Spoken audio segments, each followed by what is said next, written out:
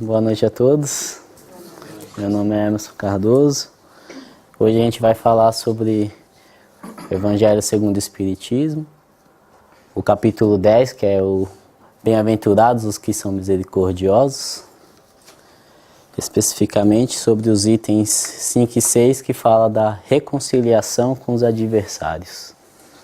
Algo muito importante aí para a gente conseguir seguir o nosso caminho evolutivo com menos dificuldades e menos dores na vida. Então, esse capítulo começa com essa passagem: reconciliai-vos o mais depressa possível com o vosso adversário, enquanto estáis com ele a caminho, para que ele não vos entregue ao juiz, o juiz não vos entregue ao ministro da justiça, e não sejais metido em prisão. Digo-vos em verdade, que daí não saireis, enquanto não houverdes pago o último ceitil. Mateus capítulo 5, versículo 25 e 26. Então, com essa passagem a gente vê que é necessário o quê? A humildade para reconhecermos os nossos erros e coragem para encarar as consequências legais necessárias para a reparação desses erros. Então, nos declararmos réu confesso pode atenuar muito a nossa pena, como aqui no mundo carnal, né? A gente comete um erro, se a gente vai lá e se apresenta, a pena é atenuada, é menor do que se normalmente a gente foge, vira um foragido e a justiça tem que vir atrás da gente. Se não nos entregarmos à justiça, tanto as autoridades como as pessoas às quais nós prejudicamos, possivelmente nos perseguirão, visando fazer justiça com as próprias mãos, e que em muitos casos é a justiça através da vingança. Então, no que diz respeito à lei divina, não é necessário que ninguém nos entregue a ela, porque a lei divina, ela está lá a todo tempo, ela vai sempre se fazer presente em nossas vidas, seguindo os desígnios de Deus. Então, em resumo, a gente geralmente tem que prestar conta a duas leis: a lei divina, que é imutável, que está lá desde todo sempre, criada por Deus, e temos que prestar contas também, enquanto encarnados, às leis humanas, que são mutáveis e que mudam com o tempo. Então, não sei se eu falei certo, as leis divinas são imutáveis, jamais mudam, e as leis humanas são mutáveis, que acompanham o nosso processo evolutivo. Então, se a gente pegar lá desde o tempo de Moisés, olho por olho, dente por dente, a gente vê que já houve uma evolução nas leis. Ainda tem muita lei parecida com aquele tempo, mas de maneira geral a Terra toda já evoluiu. Na prática do perdão, como em geral na do bem, não há somente um efeito moral, há também um efeito material. A morte, como sabemos, não nos livra dos nossos inimigos. Os espíritos vingativos perseguem muitas vezes, com seu ódio, no além-túmulo, aqueles contra os quais guardam rancor, donde decorre a falsidade do provérbio que diz: morto o animal, morto o veneno, quando aplicado ao homem. O espírito mau espera que o outro, a quem ele quer mal, esteja preso ao seu corpo, e assim menos livre para mais facilmente o atormentar, ferindo seus interesses ou nas suas mais caras afeições. Aqui a gente vê a necessidade de nos instruirmos, porque se não conhecemos a realidade da vida futura e a continuidade da vida após a morte do corpo físico, as pessoas tendem menos a reconhecer os seus erros e a se esforçar para corrigi-los. Se um desafeto, uma vítima ou um algoz morre, essa pessoa que não acredita na vida futura, ela pensa que a desavença que ela tinha com essa pessoa que morreu acabou e que ela está livre dessa pessoa pro resto da vida. Mas não é assim, né? Nosso espírito permanece, ele é imortal. E a pessoa que morre, ao chegar no plano espiritual e se dá conta que ainda vive, ela pode fazer duas coisas. Uma, agradecer a Deus por ainda estar vivo, mas nem sempre é isso, porque ela passou a vida toda aqui encarnado sem acreditar que a vida continuaria após a morte. Mas geralmente, se ela não se encontra num lugar muito bom, ao invés de agradecer a Deus, o que ela faz? Muito pelo contrário, ela começa a traçar o seu plano de vingança contra o seu desafeto que aqui ainda está. E o desafeto que está aqui não acredita que a vida continua, então ele nem se preocupa em estar orando e nem fazer nada. Ele pensa que está livre daquela pessoa e não está.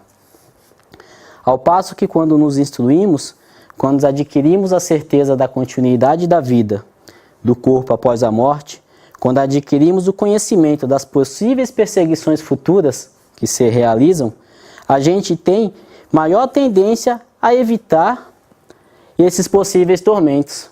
Então, uma vez que a gente tem o conhecimento, se a gente sabe que pode acontecer aquilo de ruim, a gente tende a se precaver. É o bom senso. Se você sabe que você vai se machucar fazendo tal coisa, você evita fazer tal coisa. Então é normal, mas quando a gente não tem o conhecimento, a gente não se preocupa.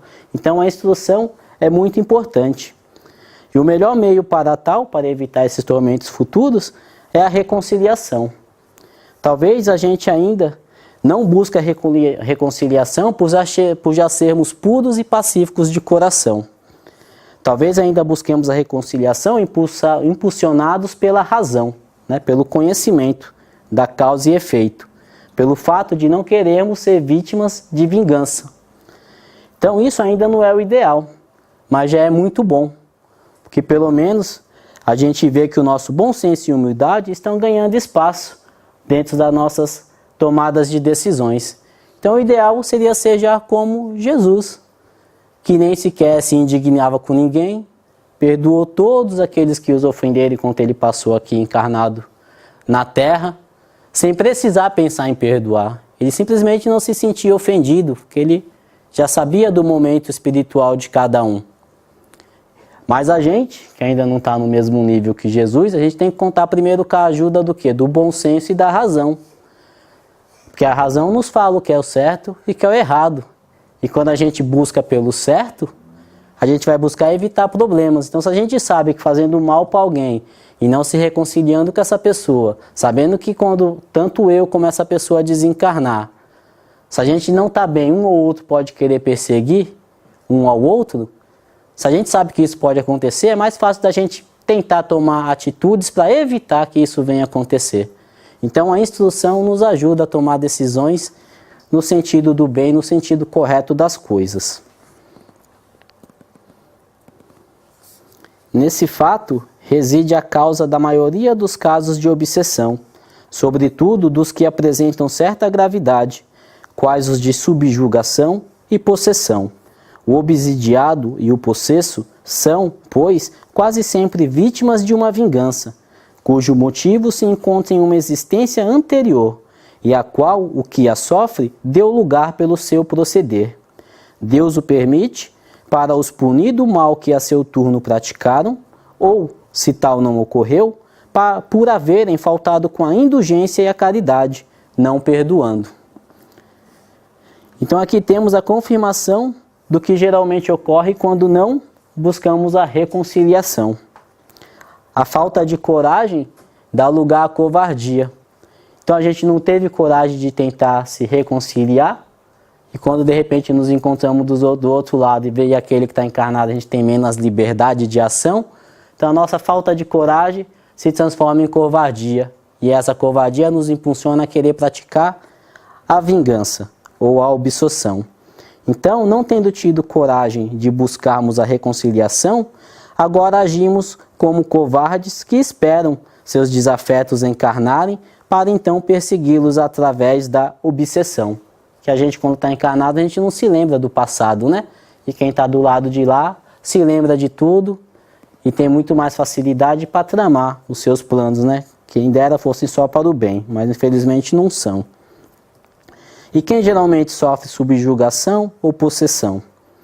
Geralmente quem não tem Deus no coração e quem não pratica o orar e vigiai. Porque por mais que a gente tenha dívidas, se a gente reencarna, se a gente tem a sorte de ter uma educação que nos conduz a Jesus, as coisas boas, e a gente adota como regra na nossa vida a vigilância, a oração, a crença em Deus, por mais que a gente tenha dívidas, com certeza as coisas que deveriam nos ocorrer para que a gente pagasse as nossas dívidas, elas são minimizadas, devido ao nosso esforço e a nossa observância às leis de Deus, aos ensinamentos de Jesus. Então está em nossas mãos não só solucionar, como atenuar tudo aquilo que deveria chegar até nós, para que se faça a justiça de Deus. E por que Deus permite tal perseguição? Para nos punir do mal que cometemos, nos fazendo sentir na pele o mesmo que fizemos sentir esses irmãos que nos perseguem. Então, uma forma da gente sentir na pele para ver como é ruim passar por tal coisa, né? Essa é uma das formas da gente aprender. Ou Deus permite essa punição pelo fato de não termos praticado a indulgência e a caridade através do perdão. Para nos reconciliarmos, seja com quem for, é preciso que aprendamos a perdoar. Então, se tem um irmão que tem a mente dele já aclareada, graças a Jesus, esses ensinamentos que a doutrina espírita nos traz, e esse irmão toma a decisão de vir querer se reconciliar com a gente, e a gente, no nosso orgulho, diz não, vira as costas, a gente perdeu uma oportunidade de praticar a caridade, de praticar o perdão. Então, nessa vida mesmo, ou numa vida futura, a gente talvez vai sofrer algumas perseguições. Talvez não desse irmão mais, porque ele quis se reconciliar, ele não vai querer mais ser um perseguidor. Mas a gente não tem só um desafeto nessa vida, né? Um sai, tem um monte aí querendo tomar lugar, infelizmente. Então, é necessário também aprender a perdoar. Se a gente não se predispor a perdoar, não há como ter de verdade uma reconciliação. Importa, conseguintemente, do ponto de vista da tranquilidade futura, que cada um repare quanto antes os agravos que haja causado ao seu próximo, que perdoe aos seus inimigos, a fim de que, antes que a morte lhe chegue, esteja apagado qualquer motivo de dissensão, toda causa fundada de ulterior animosidade.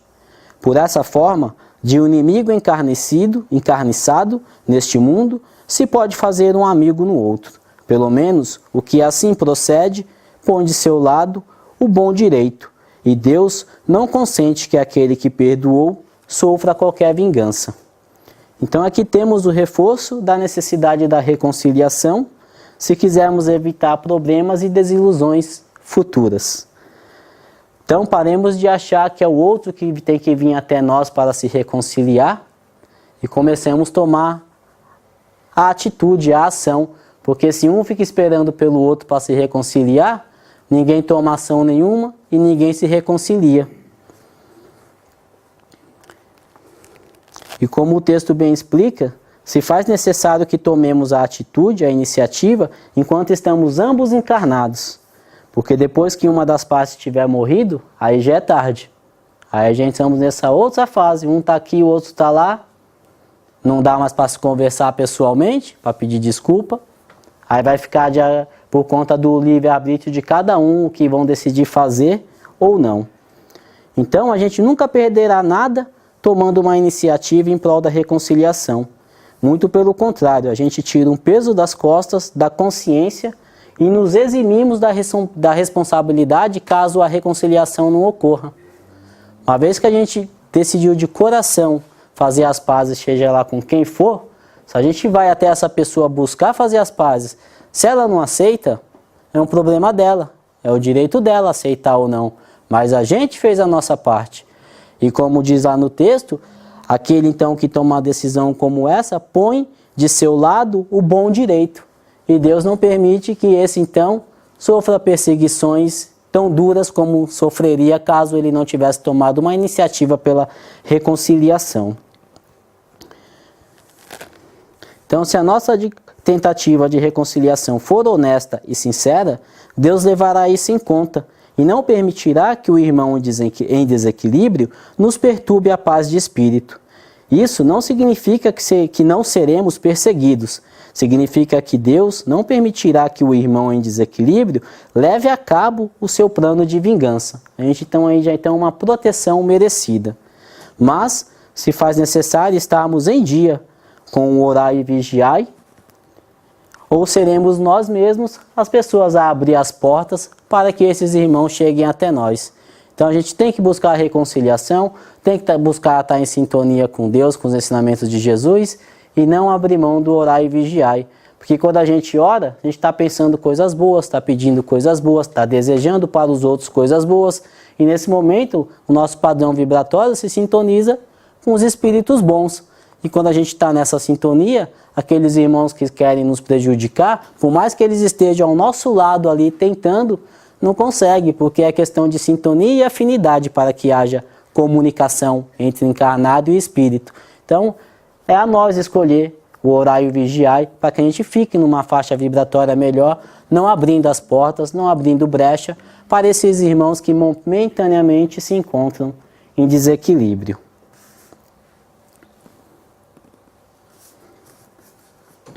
Quando Jesus recomenda que nos reconciliemos o mais cedo possível com o nosso adversário, não é somente objetivando apaziguar as discórdias no curso da nossa atual existência, é principalmente para que elas não se perpetuem nas existências futuras. Não saireis de lá, da prisão, enquanto não houverdes pago até o último centavo, isto é, enquanto não houverdes satisfeito completamente a justiça de Deus. Então o texto é bem claro ao dizer que Jesus não se referia somente à vida atual, mas sim às vidas futuras. E quando o texto fala sobre evitar as discórdias, evitar que as discórdias se perpetuem, também não estavam falando das discórdias que são criadas nessa nossa atual vida. Está falando também das discórdias que a gente já criou em vidas passadas e que já se perpetuaram em vidas passadas. Então a gente não está chegando aqui zero para começar a criar coisa boa ou coisa ruim. A gente já está chegando aqui cheio de coisa ruim, infelizmente, cheio de dívida. Com coisas boas já dentro do coração e nas nossas atitudes, quando a gente já está em sintonia com os ensinamentos de Jesus, mas cheio de dívida aí para resgatar. Caso contrário, não haveria necessidade de estarmos encarnando ainda na Terra, né? Que é um planeta de provas e expiações, caminhando para a regeneração. Então fala também das discórdias que já se perpetuaram há muitas existências atrás e que a gente ainda, com o nosso orgulho, não nos esforçamos suficientemente para repará-las. Nós já entramos nesse mundo, nessa reencarnação, com tarefa e obrigação de reparar os erros do passado. Mas muitas vezes, devido à nossa falta de observância às leis de Deus e aos ensinamentos de Jesus, ao invés da gente se esforçar para quitar as dívidas que a gente já tem, a gente faz é adquirir mais dívidas. Ao invés de transformarmos inimigos momentâneos em amigos, através da reconciliação, a gente faz é adquirir mais inimigos. Então é uma bola de neve, que só vai parar de crescer no dia que tomarmos a decisão pelo perdão e reconciliação. Se ainda não somos puros e pacíficos o suficiente para tomarmos essa decisão simplesmente com o coração, que comecemos a tomá-la então com a razão, pois a razão, em concordâncias com as leis de Deus, nunca nos enganará e sempre nos conduzirá ao bom caminho. Como diz o texto, não sairemos da prisão enquanto não pagarmos o último centavo. Essa prisão é tanto aqui na terra, quando encarnados, como no plano espiritual. O texto fala muito de nossos desafetos que escolhem nos perseguir ao invés de nos perdoar. Mas não nos esqueçamos que nós também somos desafetos de muitas pessoas.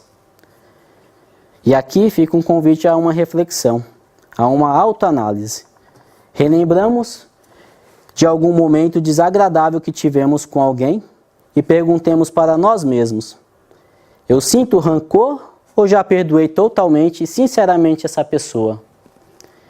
Se a sua resposta não é eu já perdoei totalmente e sinceramente essa pessoa, se a sua resposta então fica aqui, se a sua resposta não é eu já perdoei totalmente e sinceramente essa pessoa, fica aqui um convite para uma outra reflexão.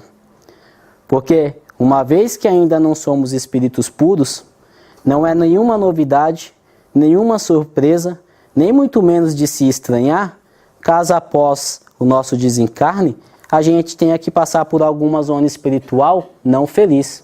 Não somos espíritos perfeitos, não há novidade nenhuma nisso.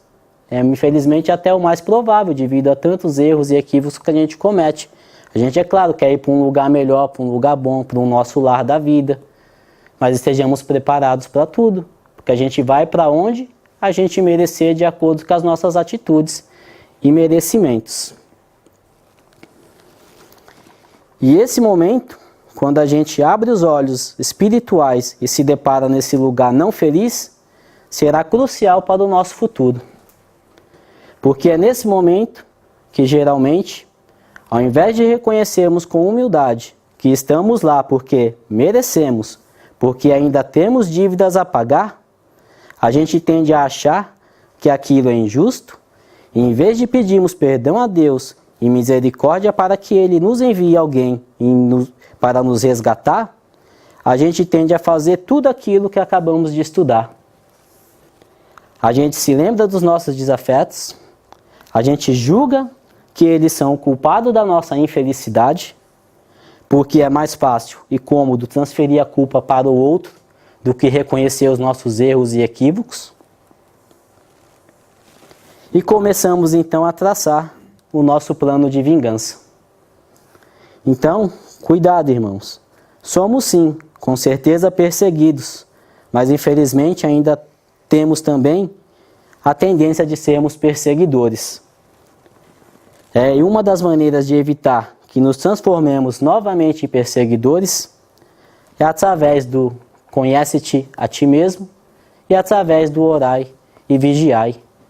Então, quando a gente está aqui encarnado, a gente se esquece das nossas vidas passadas. Algumas pessoas com a mediunidade mais aguçada conseguem ter lampejos de vidas passadas, mas a maioria não. A gente não se lembra do que ocorreu, do que a gente fez, do que a gente não fez. A gente acha que está aqui numa vida do zero e está sempre querendo o melhor para a nossa vida, querendo almejar conquistas materiais, a felicidade, o par perfeito, sem se lembrar, sem levar em conta que a gente tem muitas dívidas a pagar. E quando a gente não está em sintonia com Deus, com Jesus, com essa doutrina, outras doutrinas similares que nos inspirem a prática da reforma íntima, porque o importante é a gente estar sempre buscando se melhorar. Porque Deus nos criou perfectíveis. Um dia seremos perfeitos no que diz respeito à perfeição relativa, como Jesus hoje já é. Mas para isso se faz necessário os esforços. Deus não vai pegar ninguém e colocar no mundo perfeito simplesmente porque Ele quer. Há necessidade da gente merecer chegar lá. Foi por isso que, de fazer parte desse princípio inteligente, um dia Ele nos deu o sopro divino, nos tornando espíritos individuais. E nesse momento, cada um tem a sua responsabilidade de fazer as suas escolhas entre esse ou aquele caminho, em prol de se melhorar e de chegar lá na perfeição. Então cabe a nós, quando estamos aqui, esquecemos dessas vidas passadas, não lembramos que já fomos algozes terríveis, porque hoje aqui na Terra não está chegando espírito novo. Não é o momento para espírito novo estar chegando na Terra. Espírito novo está chegando em mundos primitivos, que tem que passar desde lá do início para um dia ser digno de já estar aqui na Terra. A Terra não é um mundo perfeito, mas já precisa ser digno para estar aqui. Existem mundos muito menos evoluídos do que a Terra. Então a gente que está aqui, já está aqui há muito tempo. Já está aqui há diversas encarnações. E tudo isso que a gente lê nos livros de história, sobre todas as coisas maravilhosas que já aconteceram nesse mundo, assim como todas as coisas horríveis que já aconteceram nesse mundo, a gente esteve lá fazendo parte. Em alguns momentos das coisas boas e em alguns momentos das coisas ruins. Então a gente tem muita dívida, tem muito irmão do lado de lá, que chegando nessa condição de se encontrar num lugar não muito feliz, em vez de pedir perdão para Deus, pedir ajuda, escolhe pelo caminho da vingança. E tem irmãos que estão perpetuados há séculos nesse caminho de vingança. O caminho de retorno para esses irmãos é muito difícil, mas a gente é imortal, né? O que são séculos perto da imortalidade? Não é nada, mas são séculos de sofrimento sem necessidade.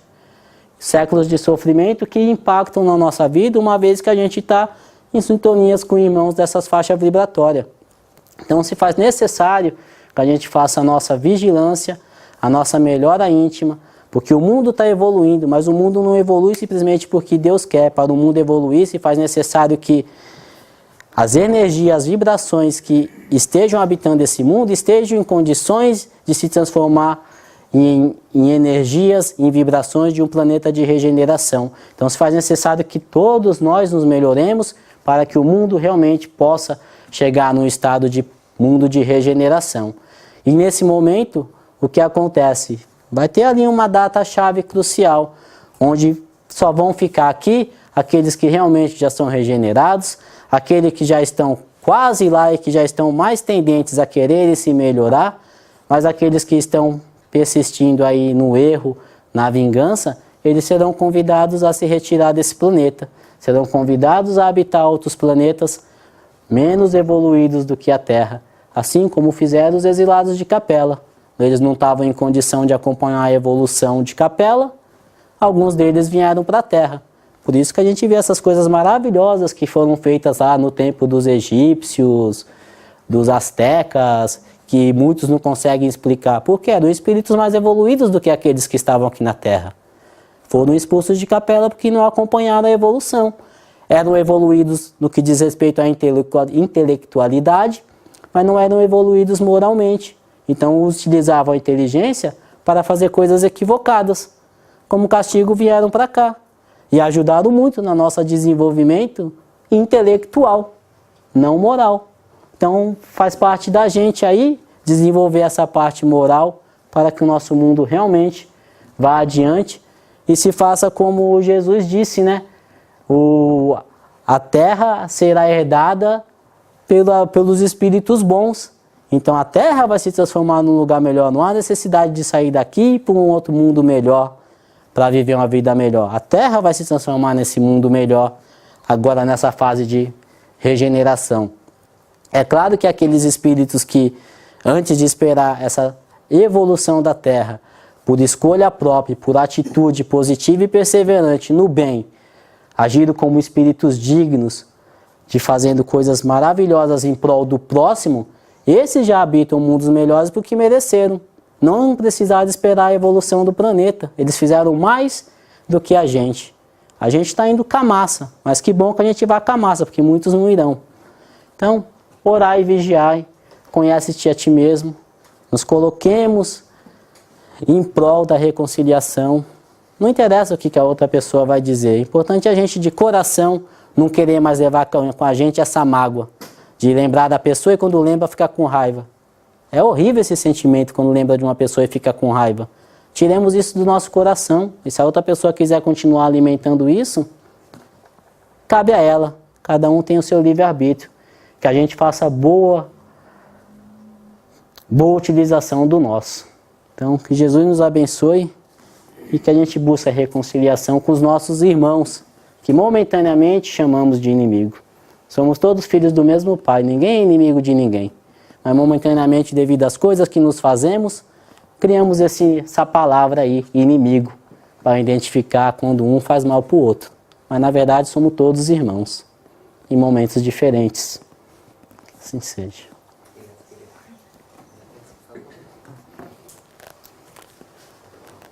Obrigado, querido Pai da vida. Obrigado, Mestre Jesus. Obrigado a todos os nossos mentores amigos, nossos anjos da guarda, os espíritos mentores e protetores dessa casa. Que a luz do Mestre Jesus continue sempre presente em nossas vidas, adentrando em nossos corações, nos inspirando a regeneração, a reforma íntima, a prática do amor e da caridade.